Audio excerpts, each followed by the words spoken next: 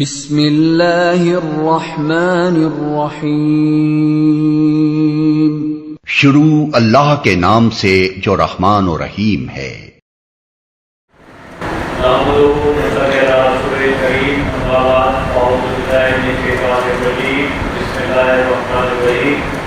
اللهم صل على محمد وعلى آل محمد كما صليت على إبراهيم وعلى آل إبراهيم إنك حميد مجيد اللهم بارك على محمد وعلى آل محمد كما باركت على إبراهيم وعلى آل إبراهيم إنك حميد مجيد یا اللہ یا رحمان یا رحیم یا صمد یا مہیمن یا کریم یا علیم یا علیم یا علیو یا عزیز یا حکیم یا قیوم برحمتک نستغیث لا الہ الا انت سبحانک انی کنت من الظالمین لا الہ الا اللہ وحدہ لا شریک لہ لہ الملک ولہ الحمد وہو علی کل شیء قدیر قل هو اللہ احد اللہ الصمد لم یلد ولم یولد ولم یکن له کفوا احد رب اشرح لي صدري ويسر لي امري واحلل عقدة من لساني يفقهوا قولي آمين يا رب العالمين رب يسر ولا تعسر وتمم بالخير رب زدني علما عن عمر بن الخطاب رضي الله عنه قال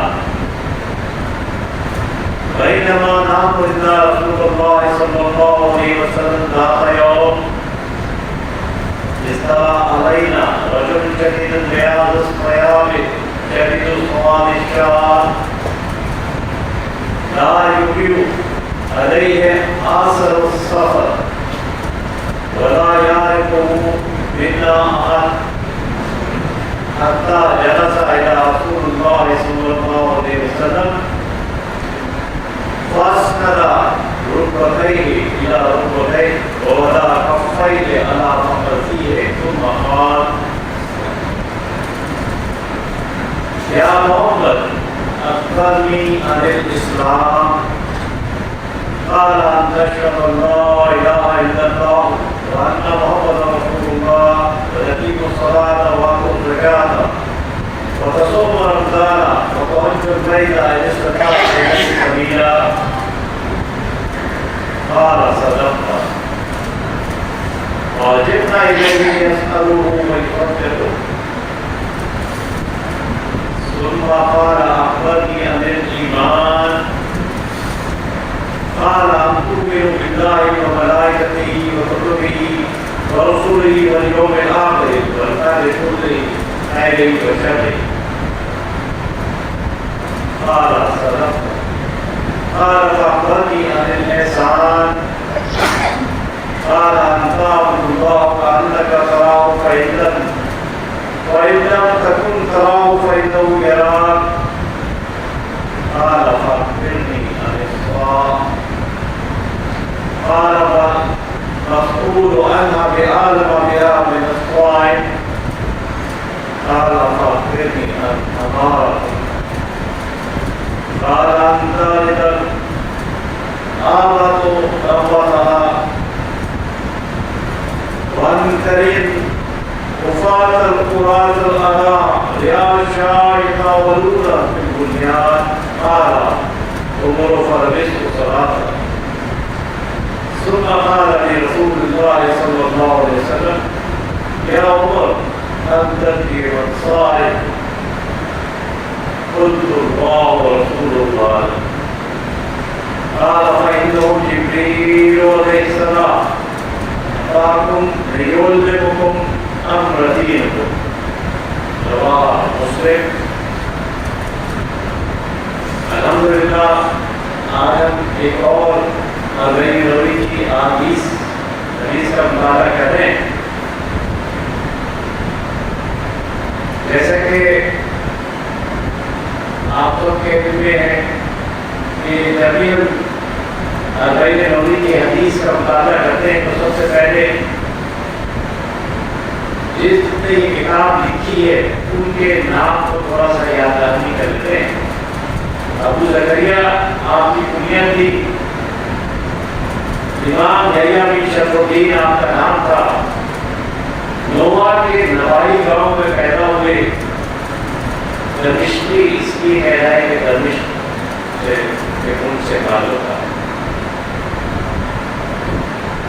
چھوٹی سی عمر 45 سال کی عمر کے اندر وفات پائی اور وہ احترام کیے جو رہ کے دنیا میں یاد ہوا. الحمدللہ آج ہم ان کی ایک حدیث جس کا مطالعہ کرنے جا رہے ہیں اس کا عنوان ہے اسلام ایمان احسان.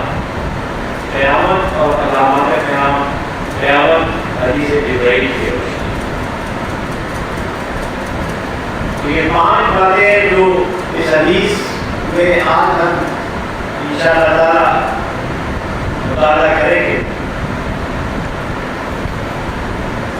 ان میں سے بہت ساری باتیں ہم ایک اور حدیث کے اندر مطالعہ کر چکے ہیں. آئیے سب سے پہلے اس حدیث کا جو ہم نے تلاوت کی اس کا اردو ترجمہ ملاحظہ کر لیتے ہیں. عمر بن خطاب رضی اللہ عنہ قال حضرت عمر بن خطاب رضی اللہ عنہ بیان کرتے ہیں. لیکن یہ حدیث حضرت عمر فاروق رضی اللہ عنہ بیان کرتے ہیں اور اس حدیث کے الفاظ پر غور کریں تو ایسا لگتا ہے جیسے ہم خود وہاں پر موجود ہیں. جس قسم کی نقشہ کشی کی جا رہی ہے, جس قسم کی منظر کشی کی جا رہی ہے, ایسا لگتا ہے کہ ہم خود وہاں پر موجود ہیں. آئیے اس تصور کو لیتے ہوئے اس حدیث کو مطالعہ کرتے ہیں. بَيْنَمَا نَحْنُ عِنْدَ رَسُولِ اللَّهِ صَلَّى اللَّهُ عَلَيْهِ وسلم ذَاتَ يَوْمٍ. ملاحظہ کریں, ایک روز ہم رسول اللہ صلی اللہ علیہ وسلم کے خدمت میں حاضر تھے. یوں تو صحابہ ہمیشہ ہی حضرت محمد صلی اللہ علیہ وسلم کی صحبت میں رہا کرتے تھے, لیکن اس حدیث کے اندر کیوں ذکر کیا جا رہا ہے؟ اصطلح بین رجل شدید البیاض الثیاب شدید السواد الشعر. اچانک ایک شخص نمودار ہوا, نہایت سفید کپڑے, بہت ہی سیاہ بال اور گرد و غبار اس پر نمایاں ہے. یعنی آنے والے نئے والد کی خوشخبری بتائی جا رہی ہے, سمجھائی جا رہی ہے. ایک نیا شخص آتا ہے اور اس کا حلیہ آ گیا ہے. وہ کیسے نمودار ہوا, اس نے کیا کپڑے پہنے ہوئے تھے, اور اندازہ کریں کہ کس طریقے سے حدیث ہم تک پہنچی. اس کے بعد سیاح تھے, کیونکہ سر ڈھکا ہوا ہوتا ہے اس لیے سر کے باروں کا ذکر اس میں نہیں آیا. اب دوسری چیز, لا یرا علیہ اثر سفر, اس پر سفر کے کچھ آثار نہیں. اگر سفر کر کے آتا ہے یہ جو سفید کپڑے ہوتے ہیں سفید نہیں رہتے. یہ جو کالی سیاہ داڑھی کی, یہ کالی سیاہ داڑھی کی ہڈی بن کے اس کے اندر درد و غبار آلودگی ہو جاتی ہے. چاہے وہ سفر جہاز کا کیوں نہ ہو, ماڈل زمانے کا کیوں نہ ہو, یا وہ پرانے زمانے کا. تو دیکھیں کہ سفر کے اثرات انسان کے اوپر ضرور پڑتے ہیں. اور اس حدیث کے اندر کیوں بیان کیا جا رہا ہے کہ سفر ایسا لگتا ہے کہ جو شخص والد ہوا ہے اس کے جو کپڑے ہیں بالکل سفید چمکیلے, بال کالے سیاہ, اور اس کو کوئی سفر کے آثار ہیں. ایک اور بات جو یہاں بتائی جاتی ہے, وَلَا يَعْرِفُوا إِلَّا أَحَدًا, اور ہمیں سے کچھ ہو جاتا ہے. اب حتی جلس علی رسول اللہ صلی اللہ علیہ وسلم, پھر آخر وہ شخص جو آئے رسول اللہ صلی اللہ علیہ وسلم کے سامنے زانوں بدانوں ہو کر گئے. یہ منظر دیکھیے کیسی ہے کہ ایسا لگتا ہے جیسے ہم خود اس محفل میں تصور کیجیے کہ ہم خود اس محفل کے اندر موجود ہو رہے ہیں. پھر کیا ہوتا ہے کہ فَأَسْنَدَ رُكْبَتَيْهِ إِلَىٰ رُكْبَتَيْهِ, ووضع كفيه على فخذيه ثم قال گیا ہمارے ہونے والا شخص کیا کرتے ہیں کہ اپنے دونوں ہاتھوں کو رسول پاک صلی اللہ علیہ وسلم کی علامت رکھیں، یعنی اس طریقے سے تمام مجمع کو جو بھی وہاں پہ صحابہ موجود تھے سب کی نظریں، سب کی توجہ اپنی طرف مبذول کرا دی۔ ایک ان یوزول وے بیٹھنے کا، دیکھیں حدیث بیان کی جا رہی ہے لیکن وہاں پہ وہ نقشہ کھینچی کی جا رہی ہے کہ یہ حدیث کیسے ہم تک پہنچ رہی ہے، کون کیسے کب کس حالت کے اندر آیا ہے، یہ ہے اس مورد کا۔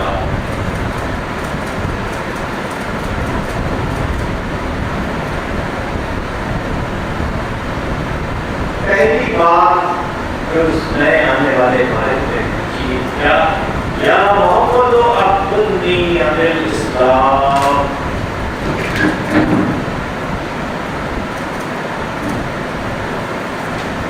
یا محمد صلی اللہ علیہ وسلم اسلام کی کیفیت بتائیے کہ اسلام کیا ہے۔ أشهد أن لا إله إلا الله وأن محمدا رسول الله وأقيموا الصلاة وآتوا الزكاة وأطيعوا رمضان وحج البيت إن استطعتم إليه سبيلا۔ رسول اللہ صلی اللہ علیہ وسلم نے فرمایا اسلام یہ ہے کہ تم کلمہ توحید یعنی اس بات کی گواہی دو کہ اللہ تعالیٰ کے سوا کوئی معبود نہیں، اور محمد صلی اللہ علیہ وسلم کی رسالت کا اقرار کرو، اللہ تعالیٰ کے رسول ہیں، نماز پابندی سے بتعدیل ارکان ادا کرو، زکوٰۃ دو، رمضان کے روزے رکھو، اگر استطاعت ہو صادرات کی تو حج کرو، یعنی وہ بنیادی ارکان جو 5 اسلام کی بنیادیں وہ بتاتی ہیں۔ اس کے بعد پھر چوکانے کی والی بات، ایک نئے ہمارے داخل ہوتے ہیں، بیٹھنے کا انداز بتا دیا گیا، سوال کرنے اور سوال کا جواب پانے کے بعد کیا کہتے ہیں، صدقت، آپ صلی اللہ علیہ وسلم نے سچ فرمایا، یعنی اس کی صداقت بھی بیان کریں، ایک نیا طریقہ سوال و جواب کا جو تمام صحابہ کو چوکا دے گا۔ واجب یہ سب وہ ہم کو تعجب ہوا کہ خود ہی سوال کرتے ہیں، خود ہی تصدیق کرتے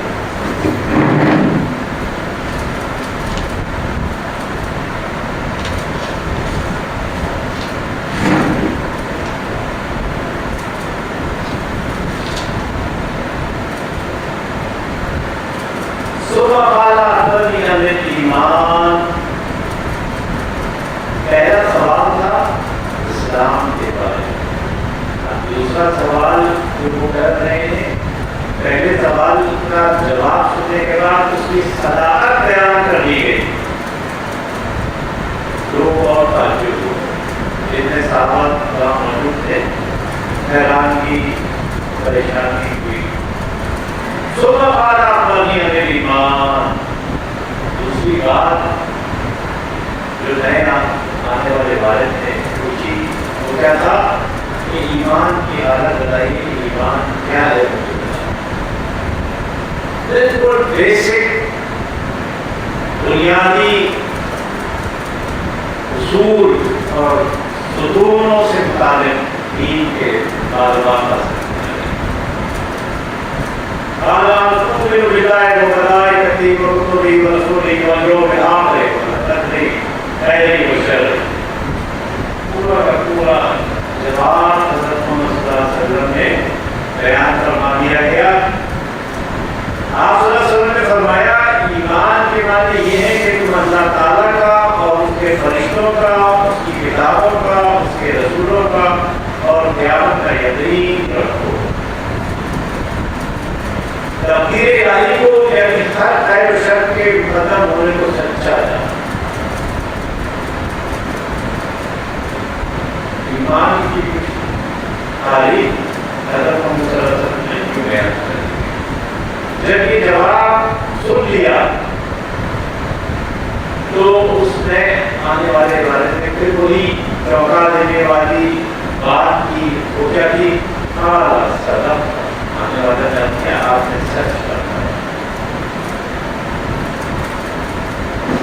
اب اس قسم کے سوال و جواب جب کسی محفل میں ہو رہے ہوں گے تو آپ تو سوچیں کہ اس محفل میں جو لوگ موجود ہوں گے ان کی ذہنی کیفیت کیا ہوگی، ان کی توجہ کا معیار کیا ہوگا.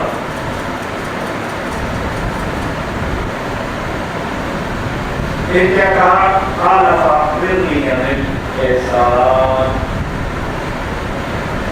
یہ کہنے لگے احسان کی حقیقت بتائیے. پہلا اسلام، دوسرا ایمان، تیسرا احسان سے متعلق سوال کیا. قال ان تعبد الله وانك تراه فإن لم تكن تراه فإنه يراك. رسول اللہ صلی اللہ علیہ وسلم نے فرمایا احسان کی حقیقت یہ ہے کہ تم اللہ تعالیٰ کی عبادت اس طرح کرو کہ گویا تم اللہ تعالیٰ کو دیکھ رہے ہو. اور اگر یہ مرتبہ حاصل نہ ہو تو کم از کم اتنا یقین رکھو کہ اللہ تعالیٰ تو تمہیں دیکھ ہی رہا ہے. نظر کریں کہ سوالات کی گہرائی کا، اس کی گہرائی کا، اس کی ڈیپتھ کا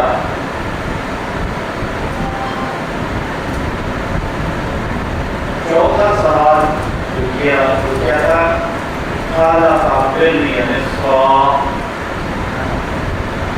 آنے والے نے عرض کیا کہ قیامت کے بارے میں بتا دیجیے بھائی. المذکور انہا بعالم بها من السائل. آپ صلی اللہ علیہ وسلم نے عرض کیا کہ قیامت کے بارے میں جسے سوال کیا گیا ہے وہ سائل سے زیادہ اس بات سے واقف نہیں. ایک اور چونکا دینے والا انکشاف کہ جو لوگ وہاں موجود ہیں اب اور جستجو بڑھ گئی کہ آیا حضرت محمد صلی اللہ علیہ وسلم جس شخص سے سوال و جواب ہو رہی ہیں، باتیں ہو رہی ہیں، ان کو اس قسم کی چیزیں گفتگو کیا کیوں؟ قال فاخبرنی عن امارۃ. آنے والے نے پوچھا اچھا قیامت کے علامات بھی بتا دیجیے. اگر قیامت کا نہیں بتا رہے تو اس کے علامات بھی بتا دیجیے. قال ان تلد الامة ربها. رسول اللہ صلی اللہ علیہ وسلم نے فرمایا قیامت کی علامت میں یہ ہے کہ نوٹی اپنے باپ کا پوچھے. پہلی بات. دوسری وَانْتَرَى مُفَاضَلْ قُرَاتَ الْآلَى رِعَاشَا يَتَطَاوَلُونَ فِي الْبُنْيَانِ. اور تم دیکھو گے کہ ننگے پاؤں، ننگے جسم، چروائے بڑی بڑی آنکھوں پر اترائے گی.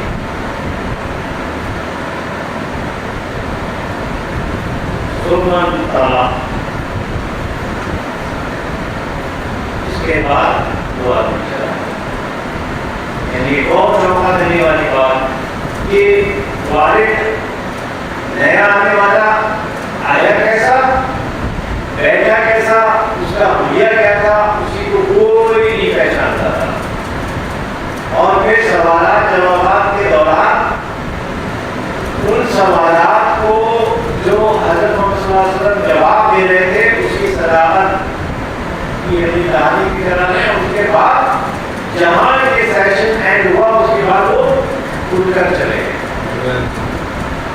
آگے دیکھیے کہ کیا یعنی وہ ہے کہ کس طریقے سے یہ حدیث بیان کی جا رہی ہے، کس طریقے سے یہ چیزیں بیان کر رہی ہے. یعنی بلوات ہے کہ کس طریقے سے یہ چیزیں کریکٹ ہوئی ہیں جس کا تصور بھی نہیں کر سکتے.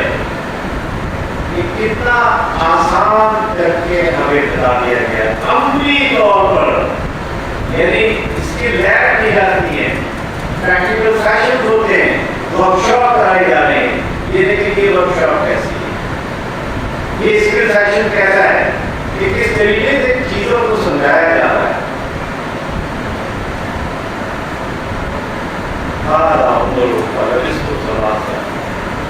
عمر رضی اللہ تعالیٰ نے فرمایا کہ میں کچھ دیر ٹھہرا رہا اس کے بعد حضرت عمر فاروق اللہ تعالیٰ نے چلے گئے، کیونکہ آپ ایک جو انصاری صحابی تھے ان کے ساتھ کاروبار کیا کرتے تھے. یہ تھا پیر کے ساتھ کہ ایک دن وہ بیٹھتے تھے دکان پہ اور دوسرے دن وہ انصاری صحابی. تو اس طریقے سے حضرت محمد صلی اللہ علیہ وسلم کی صحبت یوں میسر آتی تھی کہ اپنا پیٹ کاروبار کی شکل ہوتا تھا اور یہ محفلیں اور یہ کام بھی بیٹھ رہے. صبح قال رسول اللہ صلی اللہ علیہ وسلم یا عمر قد تجیب صاحب. پھر رسول اللہ صلی اللہ علیہ وسلم نے فرمایا جب ملاقات ہوئی دوبارہ حضرت عمر فاروق رضی اللہ سے، اے عمر کیا تم جانتے ہو کہ یہ سوال کرنے والا کون تھا؟ دیکھیں یعنی اس طریقے سے ہمیں سکھایا جا رہا ہے، سمجھایا جا رہا ہے، بتایا جا رہا ہے کہ سوال جب کرتے ہیں تو کس طریقے سے جواب دیا جائے. یہاں پہ بہت ساری حکمت کے پہلو اس حدیث کے اندر ہے کہ ایک استاد اور طالب علم کے درمیان جو رشتہ ہوتا ہے وہ کیسا ہونا چاہیے، اور دوسرا ایک استاد جب ایک طالب علم سے کچھ بات کر رہا ہو تو اس کا لہجہ، اس کی چیزیں کیسے ہوتی ہیں. ان کو سنو میں نے عرض کیا اللہ اور اس کا رسول ہی کہتا ہے. یعنی اندازہ کریں کہ کس طریقے سے سیکھنے کی جستجو کہ اللہ کے رسول صلی اللہ علیہ وسلم نے جو تربیت کی اس کا عملی نمونہ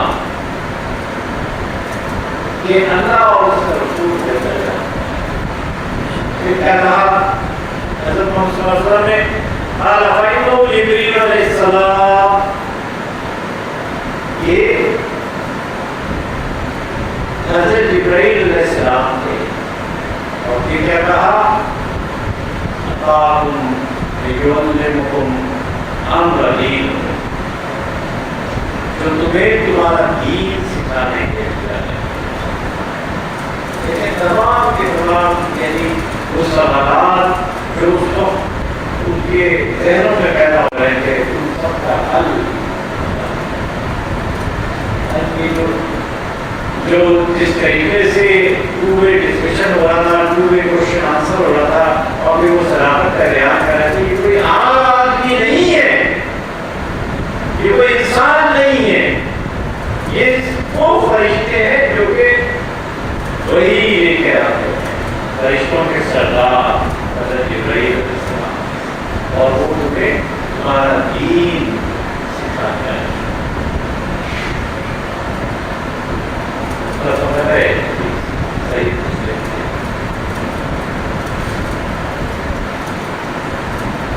آئیے صحیح مسلم امام مسلم رحمۃ اللہ علیہ کے جامع شریف کی تحریر کا تصنیف ہے.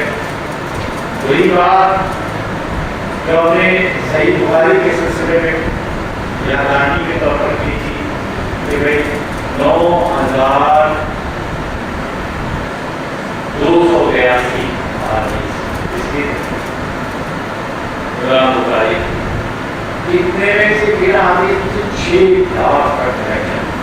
اس میں سے صحیح حدیث، مستند حدیث، حدیث کو بھی مختلف گہرائی میں کلاسیفائی کیا گیا. سندن کہ اس کے راوی کے درمیان میں اگر کوئی لنک ٹوٹا ہوا نہ ہو، یعنی حضرت محمد صلی اللہ علیہ وسلم سے جب کوئی بات بتائی جا رہی ہو، اگر سپوز امام بخاری رحمۃ اللہ علیہ بتا رہے ہیں کسی حدیث سے متعلق، تو امام بخاری رحمۃ اللہ علیہ سے لے کے حضرت محمد صلی اللہ علیہ وسلم تک جو لنک ہوگا یہ انٹیکٹ ہے، تمام کے تمام تابعین اور تبع تابعین اور جس صحابی سے وہ حدیث لی گئی ہے اور ڈائریکٹ حضرت محمد صلی اللہ علیہ وسلم سے جو بات کی جا رہی ہے کہ اس میں حضرت محمد صلی اللہ علیہ وسلم شامل ہیں، صحابی بھی شامل ہیں، تابعین تبع تابعین اور جو بھی بیان کر رہا ہے وہ تمام کے تمام لنک اگر اس میں انٹیکٹ ہیں تو وہ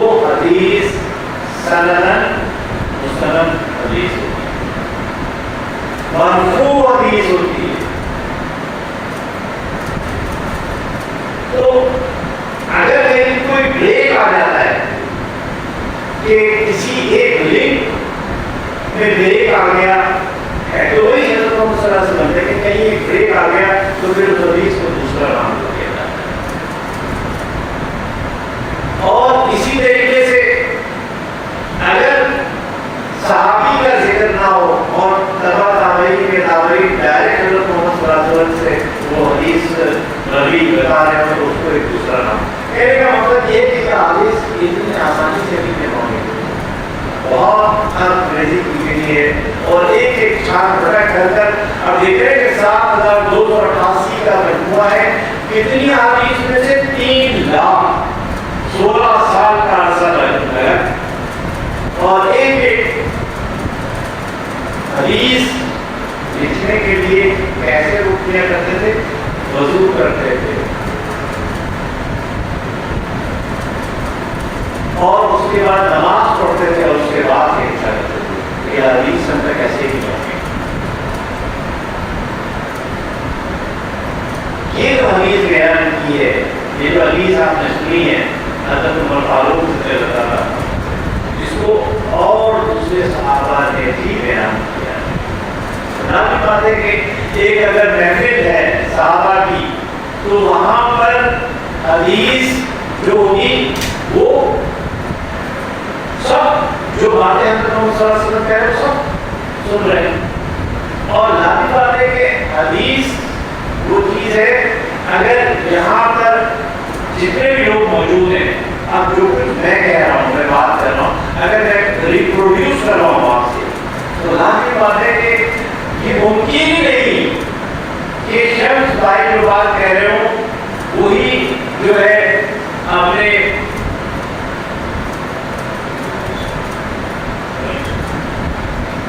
یعنی برابر بیٹھے ہوئے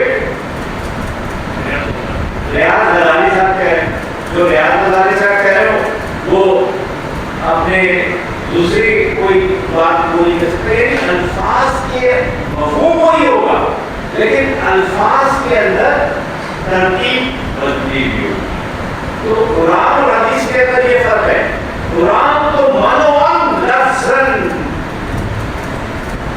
جو بھی اس کے درکات مسلمان کے خلاف حضرت ہے، لیکن حدیث کے اندر یہ کہ مفہوم تو محفوظ ہے لیکن الفاظ کیوں کہ سننے والے اتنے سارے ہیں، جب وہ اس بات کو ریپروڈیوس کریں گے تو وہ اس کا مقصد تو وہی ہوگا، لیکن وہ بات جب بتائی جائے گی وہ مختلف گہرائی کے اندر ریپروڈیوس کی جائے گی۔ تو اس میں مقصد یہ کہ اب آپ ان حضرات میں جنہوں نے کہ یہی حدیث مختلف بیان کیے تو تھوڑے تھوڑے طرح سے ساتھ، لیکن مفہوم یہی ہے۔ ان حضرات میں عمر بن خطاب رضی اللہ عنہ کو پوچھ لیا آپ نے، ابو ہریرہ رضی اللہ عنہ سب سے زیادہ احادیث کے راوی، پھر عبداللہ بن عباس یعنی جیت صحابہ، عبداللہ بن عمر اور ابو عامر رضی اللہ عنہ اجمعین۔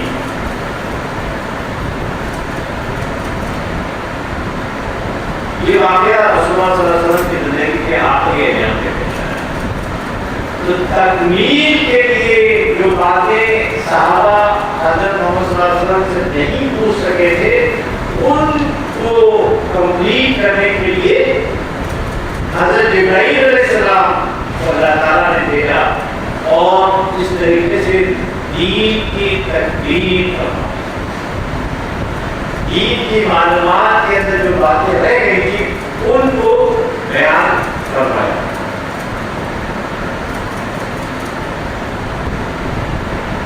ظاہر ہے کہ یہ جو آنے والے تھے یہ فرشتے تھے، انسان نہیں تھے. حضرت جبرائیل علیہ السلام تو فرشتوں کا انسانی صورت میں آنا حضرت آدم علیہ السلام سے لے کر حضرت محمد صلی اللہ علیہ وسلم تک ہمیں مختلف ادوار میں ملتا ہے. اور حضرت جبرائیل علیہ السلام حضرت محمد صلی اللہ علیہ وسلم کے پاس کس شکل میں آیا کرتے تھے؟ ایک صحابی کی شکل میں. ان کا نام کیا تھا؟ حضرت دہیا کرتی رضی اللہ تعالیٰ. خوبصورت صحابی تھے. ان کے شکل میں آیا کرتے تھے، لیکن اس دن جب یہ یہاں آئے ہیں حدیث بیان کرنے کی حدیث جبرائیل، تو اس وقت وہ اس چہرے میں نہیں تھے.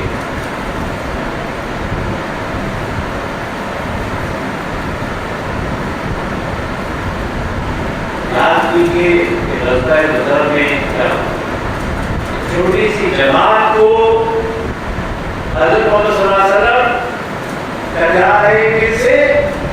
ایک بڑی قوت سے. اور پوری رات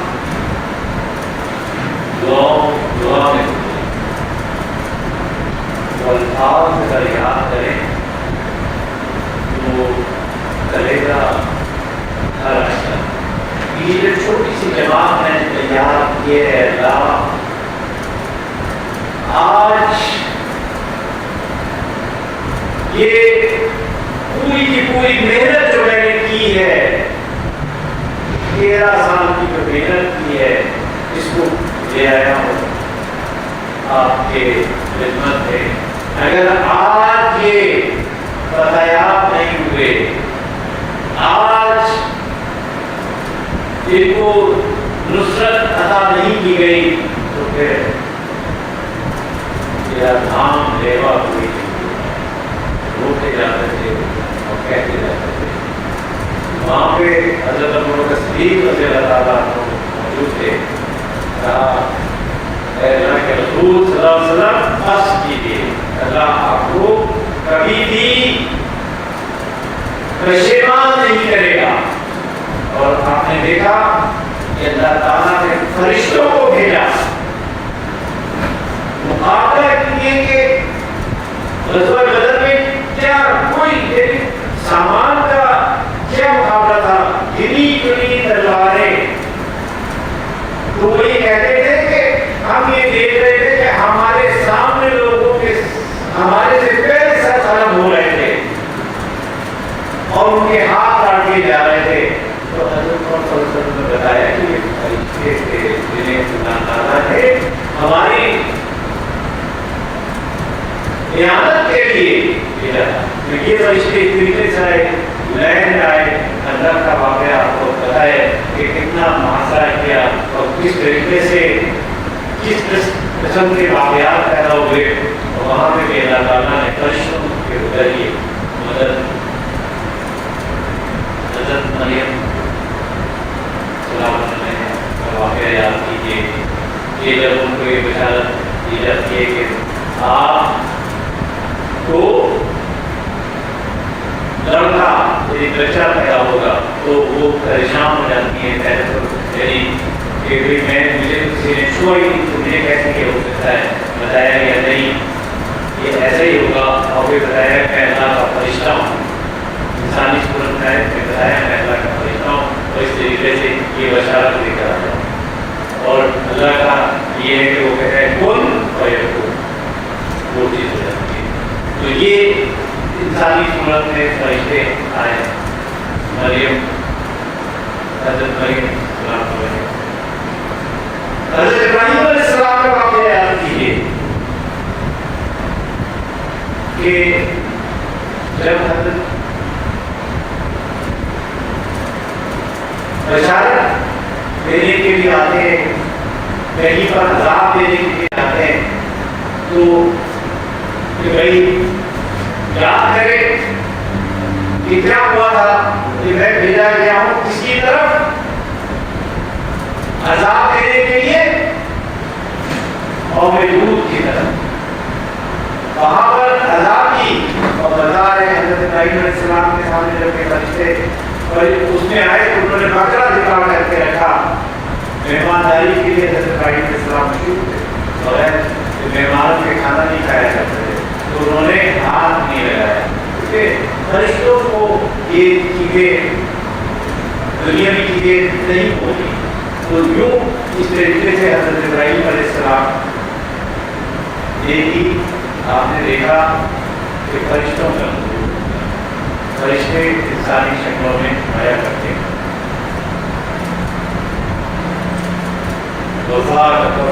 اللہ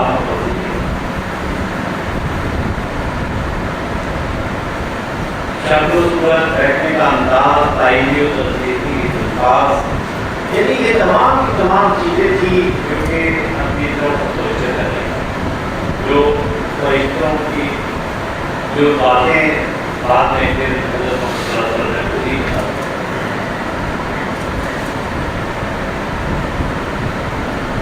آئیے اس حدیث کا مطالعہ کرتے ہیں جو حج کے فَإِلَٰهُكُمْ إِلَٰهٌ وَاحِدٌ فَلَهُ أَسْلِمُوا۔ جان لو کہ تمہارا معبود ایک ہی معبود ہے تو تم اسی کے سامنے سر تسلیم حاضر کرو۔ اسلام پہلا سوال تھا، اسلام کیا ہے؟ سر تسلیم ہم کرتے چھپ کرنا۔ سورۃ النساء ومن احسن دینا ممن اسلم وجهه للہ، اور سے بہتر دین کس کا ہوگا جس نے اپنا چہرہ اللہ کے سامنے جھکا دیا۔ وہی پہلا سوال جو اس حدیث میں ہے۔ سورہ آل عمران وَمَن يَبْتَغِ غَيْرَ الْإِسْلَامِ دِينًا فَلَنْ يُقْبَلَ مِنْهُ وَهُوَ فِي الْآخِرَةِ مِنَ الْخَاسِرِينَ، اور جو کوئی اسلام کے سوا کوئی اور دین اختیار کرنا چاہے گا تو اس کی جانب سے قبول نہیں کیا جائے گا، اور پھر آخرت میں وہ خسارہ پانے والوں میں سے ہوگا۔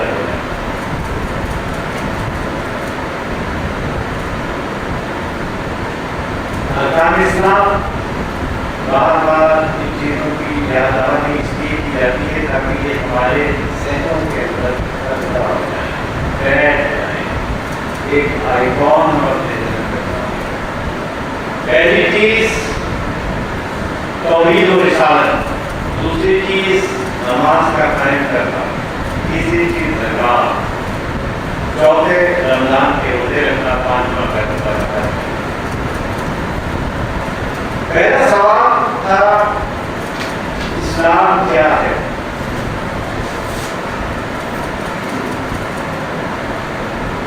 الایمان قولا لا یزید ولا ینقص۔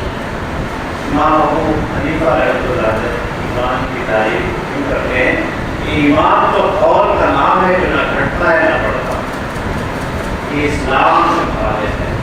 ایک دفعہ اسلام لے آئے، کرنے کے مسلمان ہو گئے، اب اس میں لیول نہ بڑھتا ہے نہ گھٹتا ہے جب تک کہ دوسری کیفیت نہ شامل ہو جائے۔ ایمان اور اسلام کے درمیان فرق کیا ہے؟ اسلام اعضاء و جوارح کے ظاہری اعمال کو کہا جاتا ہے، اسلام باللسان۔ اسلام کا تعلق ظاہر سے، اسلام کا تعلق اس دنیا سے کہ جو سرٹیفکیٹ میں ہم لکھتے ہیں کہ کھانے کو پھول کرنے کے لیے کہ مسلم ہے، کافر ہے، کیا ہے، جو بھی۔ اسلام کی جڑ و بنیاد شہادت ہے، اپنا چہرہ اللہ کے سامنے جھکا دو یا سائے تسلیم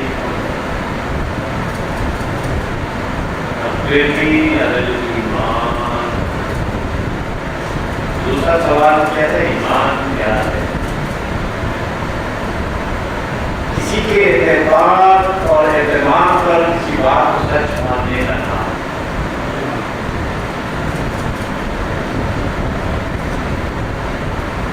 ایمان ملتا ہے کہ کچھ چھ اجزاء ہیں: اللہ پر ایمان لانا، فرشتوں پر ایمان لانا، آسمانی کتابوں پر ایمان لانا، اس کے رسولوں پر ایمان لانا، آخرت کے دن پر ایمان لانا اور توحید پر ایمان لانا.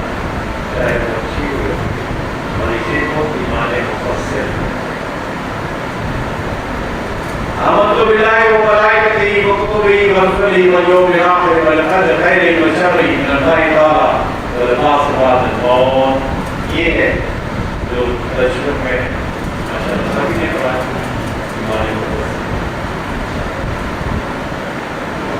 یہی وہ ایمان والی بات تھی جو اس حدیث کے دوسرا سوال.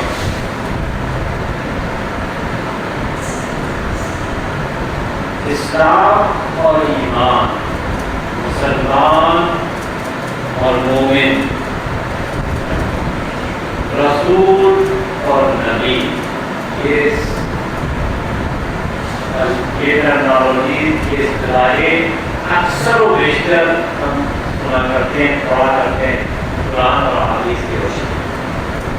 آئیے ان کو دیکھ لیتے ہیں کہ ان کے پہلے معانی ہیں یا ان کے فرق بھی ہے. ایک اصول بنا دیا گیا. کیا اصول بنایا گیا؟ اذا تفرق اجتماع و اذا اجتماع تفرق. جب یہ الفاظ علیحدہ علیحدہ آئیں گے تو ان کا مفہوم ایک ہی ہوگا. کہیں مومن کو مسلم کہہ دیا جائے گا، کہیں مسلم کو مومن کہہ دیا جائے گا، کہیں ایمان کو اسلام کہہ دیا جائے گا، کہیں اسلام کو ایمان کہہ دیا جائے گا، کہیں نبی کو رسول کہہ دیا جائے گا، کہیں رسول کو نبی کہہ دیا جائے گا. یعنی جب علیحدہ علیحدہ آئیں گے تو ان کا مفہوم ایک ہی ہے، لیکن جب ساتھ آئیں گے تو پھر ان کا مفہوم الگ الگ. بات کو سمجھ میں آنے کی کہیں تو ایک مقام پر آئیں گے تو ان کے معنی جدا جدا ہوتے ہیں. دیکھیں آگے اس کی شعری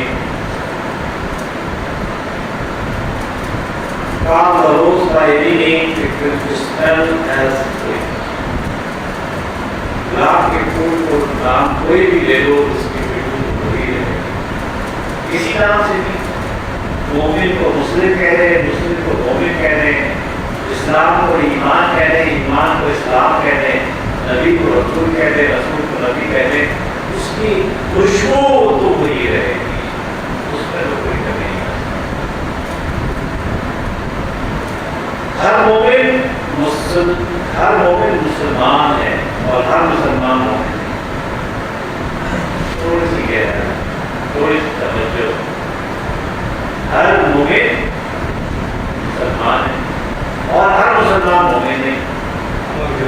اب دیکھیے تھوڑا سا آگے سورۃ الذاریات کیا کہتے ہیں؟ فَأَخْرَجْنَا مَنْ كَانَ فِيهَا مِنَ الْمُؤْمِنِينَ. تو وہاں جتنے مومن تھے ان کو ہم نے نکال دیا. فَمَا وَجَدْنَا فِيهَا غَيْرَ بَيْتٍ مِنَ الْمُسْلِمِينَ. اور وہاں ایک گھر کے سوا مسلمانوں کا کوئی گھر نہ پایا. دیکھیں ایک ہی مختلف آیات ہیں اور یہاں پہ اس کو مومن کہہ دیا، یہاں پہ اس کو مسلم کہہ دیا. الگ الگ جب آ رہے ہیں تو ایک ہی لفظ کو ہم معنی استعمال کیا جا سکتا ہے. لیکن جب قالت الاعراب آمنا قل لم تؤمنوا ولكن قولوا اسلمنا ولما يدخل الايمان في قلوبكم. اللہ تعالیٰ خود اپنے کلام میں اس بات کو واضح کر رہے ہیں، بیان کر رہے ہیں، یہ اردو کہہ رہے ہیں کہ آپ ایمان لے آئے ہیں۔ اے نبی صلی اللہ علیہ وسلم ان سے کہہ دیجئے کہ تم ہرگز ایمان نہیں لائے، بلکہ تم لوگوں کہ ہم مسلمان اطاعت گزار ہو گئے ہیں اور ایمان بھی تمہارے دلوں میں داخل نہیں ہوا۔ دیکھیں اللہ تعالیٰ نے اپنے کلام میں خود ایمان اور اسلام کی ڈیفینیشن بتا دی، خود کھول کر واضح کر دیا کہ اسلام صرف داخلے کا سرٹیفکیٹ ہے، مسلمان ہونا، مسلمان کہلانے کے لیے کافی ہے، لیکن جب تک ایمان اس دل کے اندر نہیں جائے گا، جب تک کہ یعنی ایمان اس دل کے اندر نہیں سرایت کرے گا، اس وقت تک اس کو ہم مومن نہیں کہہ سکتے۔ جب دل میں ایمان ہوتا ہے تو عمل میں اس کا ضرور ہوتا ہے۔ لیکن مسلمان تو ہو گیا، ہو ابھی اس نے نماز بھی نہیں پڑھی، روزہ بھی نہیں رکھا، حج بھی نہیں کیا، اسے فائل بھی جانے دیے، تو اس کو سرٹیفکیشن تو مل گئی، لیکن ابھی اس کے دل میں ایمان نہیں ہوتا، وہ مومن نہیں۔ ایمان کے لیے اقرار باللسان، تصدیق بالقلب اور عمل صالح، یہ تین چیزیں لازم ہوتی ہیں۔ سورۃ الحجرات ولکن اللہ حبب الیکم الایمان وزینہ فی قلوبکم، لیکن اے نبی صلی اللہ علیہ وسلم کے ساتھیوں، اللہ نے تمہارے نزدیک ایمان کو بہت محبوب بنا دیا ہے اور اسے تمہارے دلوں کے اندر غبار دیا ہے۔ سورۃ الحجرات، مومن تو بس وہی ہے جو ایمان لائے اللہ اور اس کے رسول صلی اللہ علیہ وسلم کا، بے شک میں ہرگز نہیں کروں۔ انما المؤمنون الذین آمنوا باللہ ورسولہ ثم لم يرتابوا وجاهدوا بأموالهم وأنفسهم في سبيل الله أولئک هم الصادقون۔ بے شک کہ ہرگز نہیں پڑے اور انہوں نے جہاد کیا اپنے بالوں اور اپنی جانوں کے ساتھ اللہ کی راہ میں، یہ لوگ جو اپنے دعوے میں دعوے ایمان سے۔ سورۃ النساء، یا ایھا الذین آمنوا، کئی دفعہ میں بتا چکا ہوں، پھر دوبارہ بتا رہا ہوں کہ یہ جو یا ایھا الذین آمنوا کا صیغہ ہے قرآن کے اندر 98 دفعہ آیا ہے۔ اے ایمان والو، ایمان لاؤ اللہ پر، یعنی ایمان والوں سے کہا جا رہا ہے کہ ایمان لاؤ اللہ پر۔ تو اس کا مطلب یہ کہ اسلام اور ایمان میں کوئی فرق ہے، تبھی تو کہا جا رہا ہے کہ ایمان لاؤ۔ اس کے رسول صلی اللہ علیہ وسلم اس کی کتاب پر اس نے نازل فرمائی، اپنے رسول صلی اللہ علیہ وسلم پر اس کتاب پر اس نے پہلے نازل فرمائی۔ دوبارہ ایمان کا ذکر کیا جا رہا ہے، یہ وہی فکر کہ دل کے اندر داخل نہ ہو جائے۔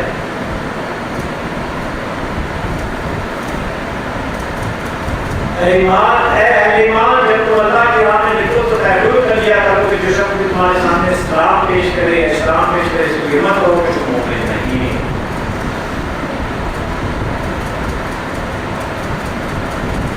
سورہ انفال، حقیقی مومن تو وہی ہے کہ جب اللہ کا ذکر کیا جاتا ہے تو ان کے دل لرز جاتے ہیں،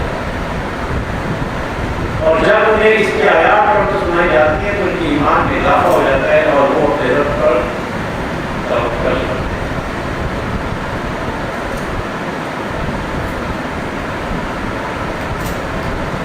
پہلا عن ابی ہریرہ قال قال رسول اللہ صلی اللہ علیہ وسلم، حضرت ابو ہریرہ جن کا سے روایت ہے کہ رسول اللہ صلی اللہ علیہ وسلم نے فرمایا، لا یسری الزانی حین یزنی وهو مؤمن، ایمان کی حالت میں کوئی زنا کرنے والا زنا نہیں کرتا۔ ولا یسرق سارق حین یسرق وهو مؤمن، اور نہ ہی ایمان کی حالت میں کوئی چور چوری کرتا ہے۔ ولا یشرب الخمر حین یشربها وهو مؤمن، اور نہ ہی ایمان کی حالت میں کوئی شراب اور شراب کوئی بخاری مسلم کی ہوتا کیا ہے کہ جب اس کیفیات انسان ہوتا ہے تو دوسرے حدیث میں بتایا گیا کہ ایمان دل سے نکلتا ہے اور سر کے اوپر ایک پرندے کی مانند گردش کرنے لگتا ہے، یعنی اس کے سے وہ ایمان پھر نکل جاتا ہے جب وہ ان گناہ قواعد کے اندر مبتلا ہوتا ہے۔ دوستو ایسے کیسے ابھی بات سکھائی جاتی ہے اور پھر دوبارہ وہ آ جاتا ہے، ہم یاد کریں توبہ کتنا بھی کچھ کر لیں، لیکن جب انسان سچے دل سے توبہ کر لیتا ہے تو اللہ اسے معاف کر دیتا ہے، چاہے گناہ اس کے سمندر کے چھاپ سے زیادہ ہو، زمین و آسمان بھی اس کی وسعت کو نہ سنبھال سک رہے ہوں، لیکن پھر بھی اللہ رحیم ہے، غفور ہے۔ سچی توبہ اور توبہ کے تمام عوامل کہ دوبارہ پلٹنا ہے، سچی توبہ کرنی ہے اور پھر ان چیزوں کو نہیں کرنا ہے اور اپنی زندگی کو سیدھی راہ پر لگا دینا ہے۔ امام بخاری رحمۃ اللہ علیہ کیا کہتے ہیں؟ الایمان قول و عمل یزید و ینقص، ایمان اور عمل دونوں کا مجموعہ کا نام ہے، یہ گھٹتا بھی ہے اور بڑھتا بھی ہے۔ ایک طرف ہم نے امام ابو حنیفہ اور ایک طرف امام بخاری رحمۃ اللہ علیہ، انہوں نے اسلام کی ڈیفینیشن دی کہ وہ فکس رہے گا، نہ بڑھے گا نہ گھٹے گا، لیکن امام بخاری رحمۃ اللہ علیہ کہتے ہیں کہ ایمان گھٹتا بھی ہے بڑھتا بھی ہے۔ جب اس ایمان جب دل کے اندر سرایت کرے گا اور عملاً ظاہر ہوگا تو یہ بڑھے گا، اور جب عملاً ظاہر نہیں ہو رہا ہے تو وہ گھٹتا۔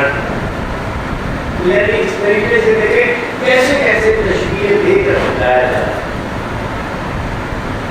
سورہ بقرہ ربنا وجعلنا مسلمین لک ومن ذریتنا امة مسلمة لک، اے ہمارے رب ہم دونوں کو اپنا فرمان بردار مسلمان بناؤ، ہماری نسل ایک ایسی قوم کا جو تیری مسلم ہو، یعنی فرمان بردار۔ لیکن ہم مسلم ہو کہنے والے کون؟ حضرت ابراہیم علیہ السلام، نانا کعبہ کی تعمیر، حضرت اسماعیل علیہ السلام ساتھ ہے، اور یہ دعا پڑھتے ہیں۔ یہ دعا کتنے سالوں کے بعد جا کر حضرت محمد صلی اللہ علیہ وسلم کی صورت میں پوری ہوئی۔ سورہ مومن یاد کیجیے، اس آل فرعون جیسے ایک مومن بن تصور کیجیے اپنے آپ کو اس جگہ لے کے چلے، فرعون کا دربار لگا ہوا ہے، وہاں پر یہ طے کیا جانے والا ہے کہ حضرت موسیٰ علیہ السلام کو نعوذ باللہ قتل کر دیا جائے۔ کیوں؟ کہ انہوں نے بکری کا قتل کیا، یعنی یہ تیاریاں ہو رہی ہیں۔ اب دیکھیے وہیں پہ انہیں میں سے ایک مومن مرد ہوتا ہے، اللہ تعالیٰ نے اس کا نام بھی بتایا، اور سب سے بڑی تقریر ایک دوسرے کی زیادہ اور مشتمل ہے، یہ اس کی کہ وہ اس فرعونیوں کے سامنے، ان لاویوں کے سامنے، ان کافروں کے سامنے کس طریقے سے استقامت کی دیوار بن جاتا ہے اور اپنا مدعا بیان کرتا ہے. کیا تم قتل کرنا چاہتے ہو ایک ایسے شخص کو کہ بحث کی تو کہتا ہے کہ میرا رب اللہ ہے، حالانکہ وہ تمہارے رب کی طرف سے واضح نشانیاں لے کر آئے. اور اگر وہ جھوٹا ہے تو اس کا جھوٹ کا وبال اسی پر ہوگا، اور اگر وہ سچا ہوا تو تمہیں وہ بعض باتیں پہنچ کر رہے گی جن کے بارے میں وہ تمہیں وعید سنا رہا ہے. یقیناً اللہ تعالیٰ نایاب نہیں کرتا اس کو جو حد سے بڑھنے والا بہت پورا ایک سلسلہ ہے جو اس آل فرعون کے مومن کا مومن مرد کا فرعون کے دربار میں کھڑے ہوتا ہے.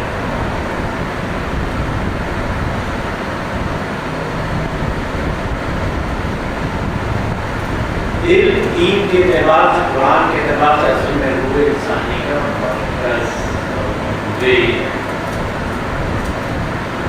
روح کا تعلق ذات باری تعالیٰ کے ساتھ بڑھا. ہم دو چیزوں کا روح اور جسم. روح امر ربی جس کے بارے میں بہت کم علم کیا گیا. امر کی چیز ہے، امر کی چلی جاتی ہے. اور جسم دنیا کی چیز ہے، دنیا میں رہ جاتا ہے.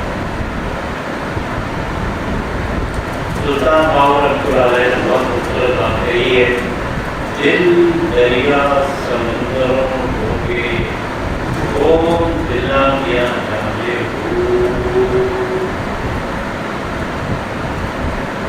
دل دریا سمندروں ڈوبے کون دلا دیا جانے.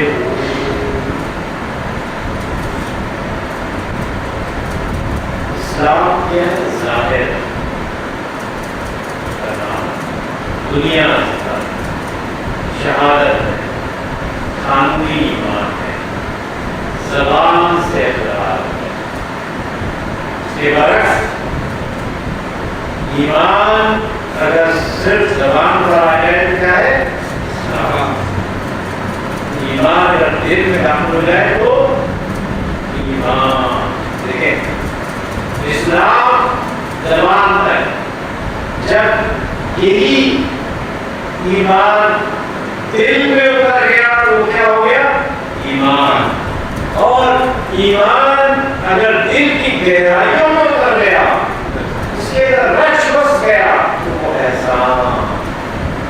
یہی درجے دوستو، اسلام، ایمان، احسان. اسلام زبان سے اقرار، ایمان دل سے یقین، اور جسم کے ہر ایلیمنٹ کے اندر، ہر عنصر کے اندر جب یہ سرائے کر جائے کہ جب یہ احساس پیدا ہو جائے کہ اللہ ہر جگہ موجود ہے، میں کوئی بھی کام کروں، صرف نماز روزہ زکات نہیں، دنیا کا کوئی بھی عمل میں کر رہا ہوں، اللہ تو مجھے دیکھ ہی رہا ہے. جب یہ کیفیت ڈیولپ ہو جائے تو اس کو کہتے ہیں احسان. تو اللہ تعالیٰ سے دعا کریں، میں بھی آپ بھی ہم سب مل کر کہ اے اللہ جو کچھ ہم سن رہے ہیں ہمیں احسان کی کیفیت عطا کرنا.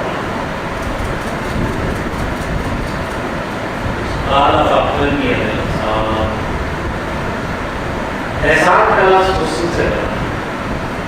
حسن کے معنی خوبصورتی، زندگی، موصولیت. احسان کے معنی کسی کو حسین بنانا. ہماری زبان کو ہمارے احسان کے کسی کے ساتھ اچھا سلوک کرنے کے. حسنوں یا حسنوں کے معنی حسین ہونا. رسول اللہ صلی اللہ علیہ وسلم کی تعریف میں کہا گیا حسن جلوی و اتصال. آپ کے تمام حالات نہایت حسین.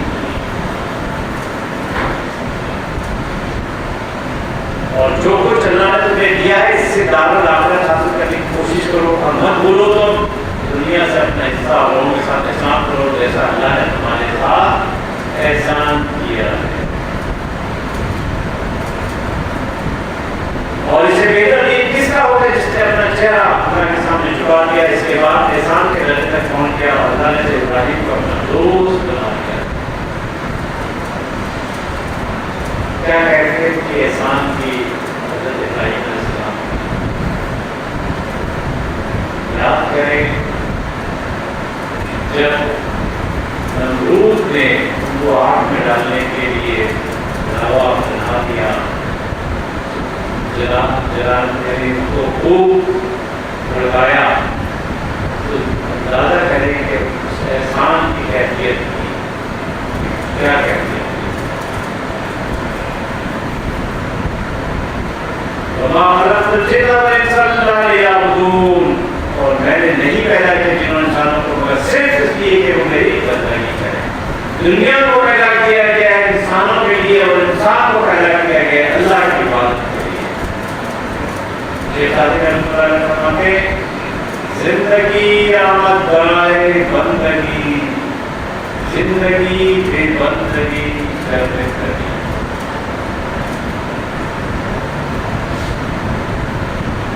چوتھا سوال کیا تھا کہ قیامت کب آئے گی؟ رسول اللہ صلی اللہ علیہ وسلم نے فرمایا میری بعثت اور قیامت اتنا قرب ہے جتنا دو ہوئی ہے انشاءاللہ۔ میرے بعد نہ کوئی نبی اور رسول آئے گا اور نہ کوئی امت آئے گی۔ صحیح بخاری کی اے نبی صلی اللہ علیہ وسلم یہ آپ سے قیامت کے بارے میں پوچھتے ہیں کہ اس کا وقوع کب ہوگا، آپ کہیے کہ اس کا علم تو میرے نبی کے پاس ہے، جو ظاہر کرے گا اس کے وقت، اور آسمانوں اور زمین کے اندر بڑا بھاری بوجھ ہے، وہ نہیں آئے گی تم پر مگر اچانک۔ اے نبی صلی اللہ علیہ وسلم آپ سے تو اس طرح پوچھنے کے آپ اس کے کھول پہ لگے ہوئے ہیں، آپ کہہ دیجیے کہ اس کا علم تو بس اللہ ہی کے پاس ہے، لیکن اکثر لوگ علم نہیں رکھتے۔ ایک چوتھا سوال تھا جو پوچھا تھا جس کا جواب خود قرآن دے رہا ہے۔ سورہ لقمان یقیناً اللہ ہی ہے جس کے پاس قیامت کا علم، اور وہی بارش برساتا ہے اور وہ جانتا ہے جو کچھ رحموں میں ہے، اور کوئی جان نہیں جانتی کہ کل وہ کیا کمائے کرے گی، اور کوئی جان نہیں جانتی کہ کس زمین میں اس کی موت واقع ہوگی۔ یقیناً اللہ سب کچھ جاننے والا ہر چیز یاد کرے وہ حدیث کے مراحل انسان کے کہ جب ابھی پیدا نہیں ہوا رحم مادر میں ہے تو چار چیزیں اس کے لیے کی جاتی ہیں کہ اس نے کیا عمل کرنا ہے، اس نے کیا کھانا پینا ہے، اس کی کتنی عمر ہوگی اور وہ کہاں انتقال کرے گا، اور کہ اس کی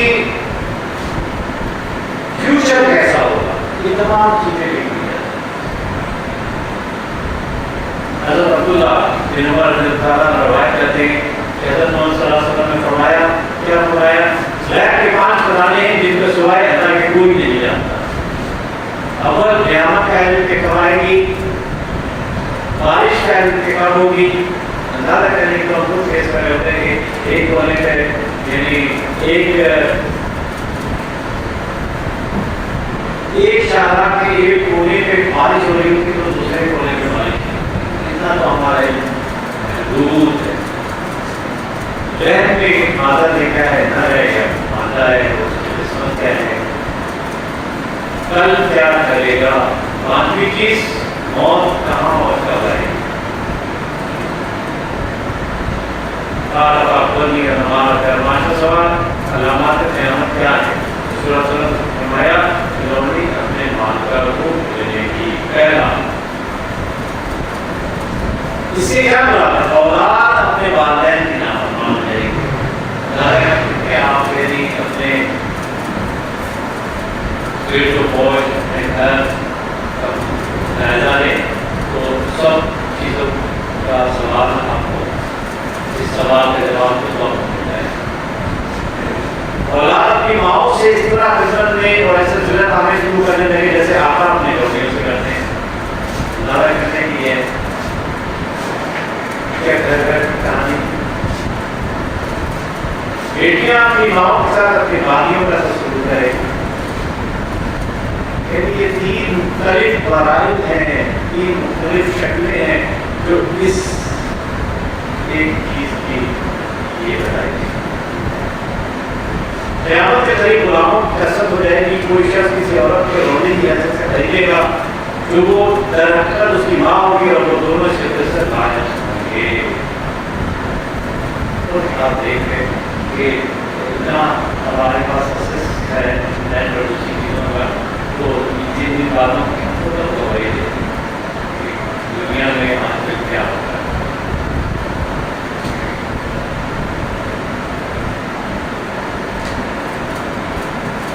اور تو دیکھے گا کہ ننگے پاؤں ننگے جسم تک 10 چلوائے بڑی بڑی موتوں تک جائیں گے.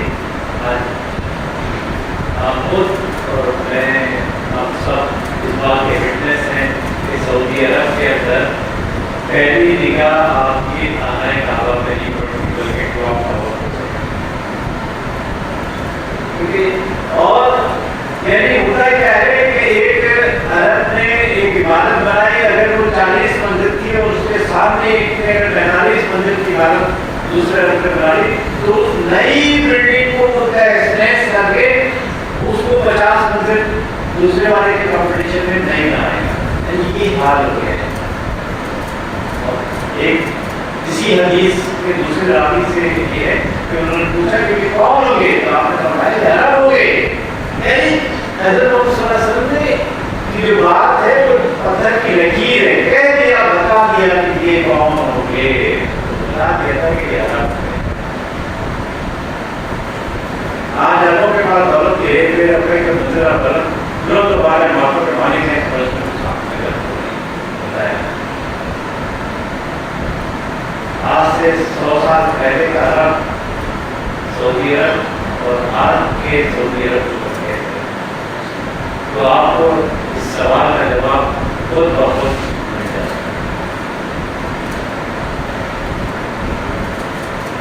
یہی آخری وہ ہے, اسی پہ میں اپنی گفتگو کا اہتمام کروں گا.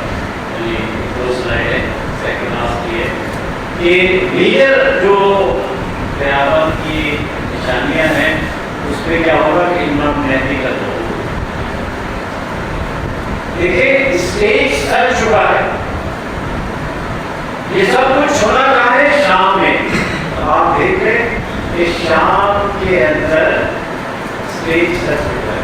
کون سی فوج ہے دنیا کی جو وہاں نہیں ہے, چاہے وہ امریکہ ہو, چاہے وہ روس ہو, چاہے وہ ایران ہو, چاہے وہ ترکی ہو, چاہے وہ سعودی ہو. الغرض کون سی فوج ہے جو شام کے اندر برسر پیکار نہیں ہے. مسلمانوں آنکھیں کو کس طریقے سے مسلمانوں کی پٹائی ہو رہی ہے, نعرہ ہے. مسلمان ایک دوسرے کو کس طریقے سے روک رہے ہیں. آج یہ سب کچھ جو ہو رہا ہے برما میں, یہ کیا ہے. آج اگر 1% بھی اس سے بھی کم ہوگا تو امریکہ بہادر آج کہاں پر ہوتا, اپنے وہ تمام کی تمام چیزوں کے ساتھ آیا ہوتا. آج ہم اپنے مسلمان بھائی بہن بچوں کے لیے کثرت تک نہیں رکھتے. دیکھ رہے کہ ہماری ایمان کی حالت کہاں چلی گئی ہے. وہ حدیث یاد کریں کہ ایک مسلمان دوسرے مسلمان کا بھائی ہے, اس کا جسم ایسے ہے کہ اگر جسم کے کسی ایک حصے میں تکلیف ہو تو پورا جسم اس درد کو محسوس کرے. کیا آج ہماری ایمانی کیفیت یہ ہے؟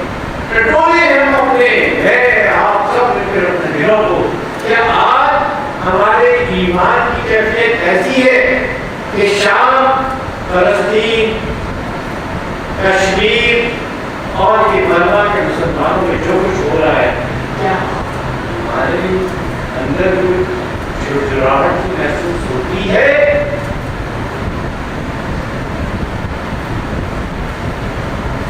اس وقت کرنے کے کام کیا ہے.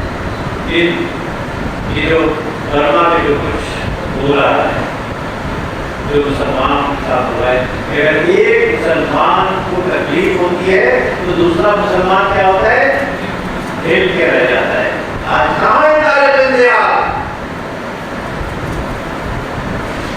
صلاح الدین ایوبی کہاں ہے؟ محمد بن قاسم کہاں ہے؟ جو سب کے سب دادا واقع ہے. ٹھیک ہے نا؟ ہمارے اندر ہماری حکومت کے اندر اتنی سخت نہیں ہے کہ وہ اس بات کو اون کرے کہ اپنے مسلمانوں کے ساتھ جو کچھ ہو رہا ہے اس کے لیے کوئی جادو شاہی کرے. سب منہ پر تالے لگائے ہوئے. تو ہمارا کام کرنے کا کیا ہے؟ دین کام کرنے کا. پہلی چیز دعا. ہتھیار ہے دعا. دعا کریں ان مسلمانوں کے لیے جو ہمارا ایک جسم کا حصہ ہے. ہمارے مسلمان بھائی ہیں آج مشکل میں, ان کے لیے سچی دعا کریں. دعائی مختلف احادیث کا مفہوم آپ جانتے ہیں کہ اس میں کیا کہا گیا ہے؟ دعائی سب کچھ عبادت ہے, دعائی سب کچھ ہے. تو سب سے پہلی چیز جہاں کہیں پہ بھی مسلمان مشکلوں میں گھرے ہوئے ہیں ان کے لیے دعا کریں, دل سے دعا کریں, احسان کے جذبے سے دعا کریں. دوسری چیز ان کی مالی اعانت کریں. جتنا ہو سکتا ہے مالی اعانت کریں. جو صحیح لوگ ہیں جو ان تک پہنچا سکتے ہیں, جیسے دیکھیں ترکی کے صدر میں اور ان کے لوگوں نے جس طریقے سے وہ کیا ہے, ابھی بھی زندہ ہیں لوگ ایسے. تو ایسے تنظیموں کو جو ان کی مدد کر رہی ہیں مالی اعانت. دوسری چیز, تیسرا کام جو کرنے کا ہے وہ یہ ہے کہ احتجاج کریں سوشل میڈیا پہ. احتجاج جو دوسرا میڈیا ہے وہ تو گھرا ہوا ہے, اس پر تو یعنی یہودی و نصارہ کا کنٹرول ہے. وہی یعنی بریکنگ نیوز کے طور پر دے گا, ایک آدھ غلطی سے دے دی چھوٹی سی ورنہ تو دیکھا ہے اگر کوئی برا کام ہو رہا ہو, کوئی فلم ایکٹریس یا غلط کام کرنے والے کوئی دوسرا کام کر دے غلط, تو کتنے گھنٹوں وہ چیز ریپیٹ ہو رہی ہوتی ہے. یہاں لاکھوں کی تعداد میں لوگ بے یار مددگار ہیں, بستیاں جلائی جا رہی ہیں, لیکن کیوں ہی نہیں کہ ہمارے میڈیا پہ کیوں کہ یہود و نصارہ کا قبضہ ہے. تو سوشل میڈیا کو یوز کریں, سوشل میڈیا پہ احتجاج کریں کہ جو ویڈیوز بن کے آئی ہوئی ہیں اس کو زیادہ سے زیادہ پروپیگیٹ کریں تاکہ جو کچھ ایسے انسان ایسے مسلمان کر سکتے ہیں کریں. اس حدیث کو کہ اگر ایک جگہ تکلیف ہو تو سب جگہ اس کو محسوس کریں. تو امام مہدی چلانے کا ثبوت ہوگا کہاں ہوگا, آئیں گے کہاں پہ, شام میں اسٹیج سج چکا ہے. دوسرا میجر ایونٹ کیا آنا ہے قیامت سے پہلے, دجال کا خروج. یہ بھی کوئی نہیں شام کے قریب ہی ہوگا, شام کی. تیسرا حضرت عیسیٰ علیہ السلام کا نزول, یہ بھی شام ہی میں ہونا ہے, کہیں اور دوسری جگہ نہیں ہے نا. احادیث میں بتا دیا گیا ہے, ایک ایک کھول کھول کر بتا دیا گیا کہ حضرت عیسیٰ علیہ السلام کا نزول بھی کہاں ہوگا. کلیئر کٹ بتا دیا گیا ہے کہ وہاں مینار سے اتریں گے, اس مسجد میں اتریں گے, تمام کی تمام چیزیں دیکھی گئی ہیں, وہ بھی شامی ہے. تو بیٹر بات ہے یہ دوستوں, خروج یاجوج ماجوج ہوگا. زمین تین جگہ سے دھس جائے گی. تین جگہوں کے دھسنے میں, ایک دھسنا مشرق میں, ایک دھسنا مغرب میں, ایک دھسنا جزیرۃ العرب میں. دیکھ رہے ہیں آپ کو مختلف جگہوں سے مختلف جو واٹس ایپ کے ویڈیوز آ رہی ہیں, کہاں کہاں زمینیں دھس رہی ہیں. ہوئے کا اٹھنا یہ قرب قیامت کی نشانیاں میجر ایونٹس ہیں. پھر خروج دابہ, عجیب القدر جانور کا زمین سے کرنا جو بات کرے گا, اور یعنی یہ چیزیں قرب قیامت ہوگی. اکثر کے شخص کے ہاتھوں کعبہ کی بربادی بتا دیا ہے, حدیث کے اندر قرآن کے اندر کھول کھول کر بتا دیا گیا ہے کہ وہ باقاعدہ یہ جو عجیب القدر جانتا ہوگا کہ سنکار جب آنکھ سے ہو جائے گا تو باقاعدہ پیشانی پر مسلم اور کافر لکھا ہوا نظر آئے، یعنی ڈسٹریبیوٹ کر دیا جائے گا. تو یہ میجر ایونٹ ہے.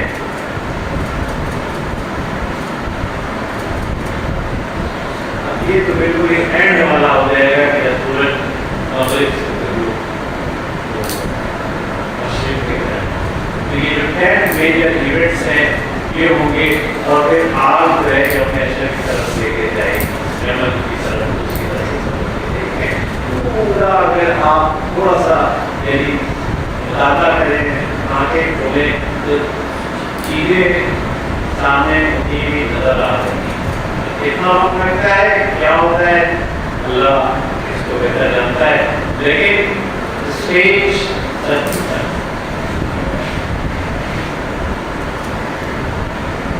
حدیث جبرائیل ہم سے کیا چاہتی ہے، کیا پیغام دیتی ہے. پورے دین کا حاصل خلاصہ کیا ہے؟ اسلام کے ارکان، اس کے اہم بنیادی عقائد، ایمان اور تمام اعمال کی روح، احسان اور دنیا کا انجام یعنی قیامت تک کرتے ہیں. سب کچھ اس میں بیان ہے. ام الکتاب، سورہ فاتحہ کو کیا کہتے ہیں؟ ام الکتاب. اور اسی طریقے سے اس حدیث کو ام الاحادیث، ام السنہ، سنت کی جڑ اور